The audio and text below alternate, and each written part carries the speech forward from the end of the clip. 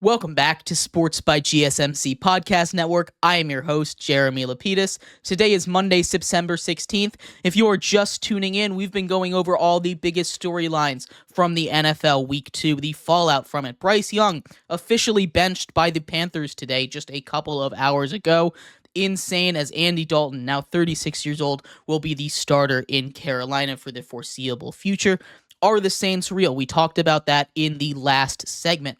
In this segment, we're going to take a look at the Harbaugh brothers and where their two teams are sitting. The Ravens at 0-2, the Chargers at 2-0. I bet you most people would have had it the other way around. I know I did. At least I had the Ravens at 2-0 and the Chargers at 1-1, but very interesting turning of events. We'll see. We'll talk about what the Ravens need to do to fix it, as well as the Chargers need to do to keep their season on track the way it's going right now. But before we do, remember, if you would like to be an even bigger part of the show than you already are, all you need to do is go to gsmcpodcast.net. Leave a tip or donation with a message in it. That message should pop up on the bottom of the screen for you, me, and everybody else around the world to see. Or if you are on YouTube, you can use that super chat feature to do the exact same thing. If you have a burning question about sports, anything at all that you would like to ask, go ahead and throw that in the comments. Throw it in the chat. I will get to it as soon as I possibly can. I appreciate everybody so much for sticking around, talking some sports with me here on a beautiful Monday, September 16th. But like I was saying, we are going to get into the Harbaugh brothers and their two teams. One team's going up, one team is going down, and we're going to start off with the team that's going down, the Baltimore Ravens. The Baltimore Ravens are coming off of a season where they won the NFL regular season. Woo! They had the best record in all of football in the regular season, took them all the way to a AFC championship game where they lost at home to the Kansas City Chiefs, the future Super Bowl champions, by just 7 points. And now they're 0-2. The Ravens seemingly made some improvements this offseason. They bring in Derrick Henry, trade him out for their old running backs, which are now the stable of backs over in LA with the Chargers. And John Harbaugh's brother, Jim Harbaugh, who accepted the positions over there, J.K. Dobbins, finally healthy, is going off.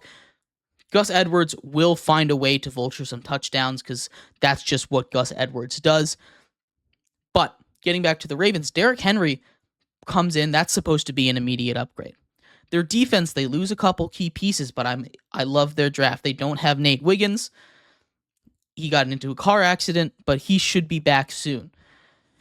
Their offensive line is really where the questions begin because they are only returning 2 of their 5 starters, and the other 3 look awful. It's not looking very good for the Ravens over there, at least in week 1. Week 2, questions have started to arise about Justin Tucker. Justin Tucker had once been crowned the best kicker in all of football. Still maybe is crowned by a lot of people, but I think he's very quickly losing his shine. He's 1 for 7 in his last 7 kicks, of over 50 yards. We see guys like Brandon Aubrey, like Jake Moody, like Kaimi Fairbairn hitting 50-yard field goals on the regular. Like, Fairbairn hit 6 of them in the first 2 weeks, maybe even 7. I kind of lost count in the middle of that game last night. Brendan Aubrey of the Cowboys, hits 6 field goals. Hits a 66-yard field goal, tying Justin Tucker's record that bounced off of a crossbar in a domed stadium on the river in Cleveland with plenty of room to spare. And she was trotted back out there to hit a 71-yarder, one that I think had a chance of going in. It's time I think we have that conversation if Justin Tucker is still the best quarterback in all of... Is Justin Tucker still the best kicker in all of football? Which, not the most important question to have right now, but it is something interesting to talk about. The Ravens, who, again, usually are very reliable in the special teams unit, kind of have a little bit of a decline there. But the bigger thing is their offensive line. Their offensive line needs to find a way to turn it around. They go up against a very good Raiders defensive line, but they should still be dominating. Their defense is a little bit worrying to me, giving up a whole bunch of points to a Raiders team, letting them have a huge comeback down the stretch. The Ravens are a team that are built to hold a lead. At least in my opinion, they're built to hold a lead. You have Lamar Jackson as your quarterback. He should be able to keep the ball on the ground. You have two great tight ends. You can run those jumbo packages all the time. You have King Derrick Henry, a guy that if you just keep handing him the ball as the defenses get more and more worn down, will continue to punish them. That's why he was so successful in Tennessee. The Ravens need to figure out how to use him, and they don't need to give him 30 carries a game. They don't. They don't want to do that. They don't need to do that. But they need to give him the ball, be able to give him the ball in the fourth quarter, and they weren't really doing that this game. They weren't really, and they were better at it, I will say. They gave him about 20 carries in this game, which I think is a fine workload for him, but they need to be able to trust him both early and late in the game. They should be running the clock like nobody's business, especially when they're winning in the fourth quarter. And maybe that's a little conservative. I know they're trying to score. I know they're trying to put points up on the board, and I'm not saying you can't do that. But they should be able to hold a lead. This is a Ravens team that is literally built like no other team in the league to hold a lead in the fourth quarter. With their defensive players, their offensive philosophy, this is not a team that should be squandering 10-point leads halfway through the fourth quarter. This is not a team that should be losing like that to the Raiders.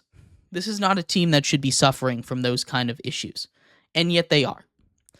Taking a look over at the other Harbaugh brother, he's running their team like I think the Ravens should. Honestly, I know the Ravens want to be able to be a passing team.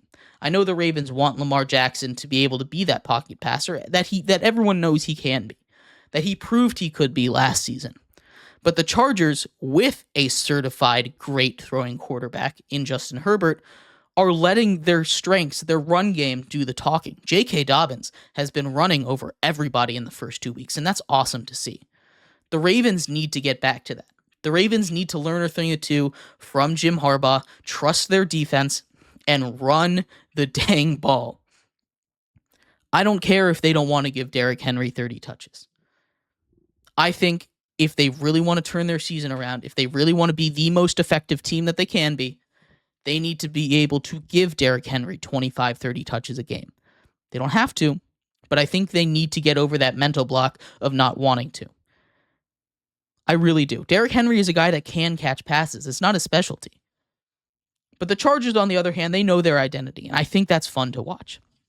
Sure, they've done it against the Panthers. Sure, they've done it against the Raiders, two teams that aren't that great at football. But still, this is a Chargers team that's been successful at what they want to be successful at. And at the end of the day, that's all you need to be as a football team. You need to know your identity and you need to know how to win with it. And the Chargers are nothing if not knowing who they are and what they are good at. And that is running the football. And if they continue to run effectively, we've seen running the ball become more and more of a thing this year in the league, especially. Again, I talked about it last week. I'll talk about it this week. The ebbs and flow of sports. I've talked about it in hockey, especially because that's the one that you see it the most obviously in. Goal scoring goes up.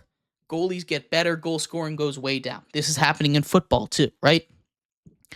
Passing. Quarterbacks. The era of quarterbacks in the 2000s, the early 2000s, 10s, go way up. Passing yards go way up. We see 5,000-yard seasons. We see 50 touchdown seasons. Defenses respond. Go to the cover 2 look to stop those deep plays. Stop crowding the box as often. Running backs get a little worse. Now kids are looking up at quarterbacks instead of running backs. They're going over there. Now defenses are getting better at stopping the run. And now we see teams like the Chargers. We see teams like the Lions being able to run the ball down people's throats. Heck, even the Green Bay Packers in Week 1 were able to run the ball down people's throats. This is going to become a viable strategy as the game continues to evolve, and this is just how it's going to go in the life cycle of every single sport. We're going to have ups at one thing, defenses will respond, then another thing will change, offense will get better, then defense will catch up, offense, defense, maybe defense will even pass for a second. But that's just how the game evolves. That's how we got from no forward passes to forward passes being dominant in the league. That's how we got from quarterbacks are statues in the pockets to every guy being able to run at least a little bit. They're not all Lamar Jackson, Michael Vick, Cam Newton, but, Patrick Mahomes is a good example. He's just very shifty in the pocket. He is able to move around. We see what happens with guys like Kirk Cousins, who are struggling to move around in the pocket. They look awful. And maybe that's just weak run rust. We'll find out tonight. But we see the evolution of the game, and we're starting to see it again. And the Chargers are a team that, if they're able to run the ball the way they have been all season long, with the way that the game is changing, and with Justin Herbert at quarterback to be able to throw it over the top, that is a dangerous combination right there. They could make some noise. The Ravens need to learn a little bit. John Harbaugh needs to learn a little bit from his brother and focus on the run game if they want to get better. Plain and simple. They just need to say, hey, we're a running back team. Focus on that. That's my thoughts. Let me know what your thoughts are on the Ravens, on the Chargers, what the Harbaugh brothers can learn from each other here. But we're going to take a quick break here. When we come back, we're going to go through our Week 2 rookie report. Take a look at the wide receivers. Take a look at the quarterbacks. Take a look at all of the rookies that had action in Week 2 and see who's on top of that Rookie of the Year race. So stick around for that. We'll be right back here on Sports by GSMC Podcast Network.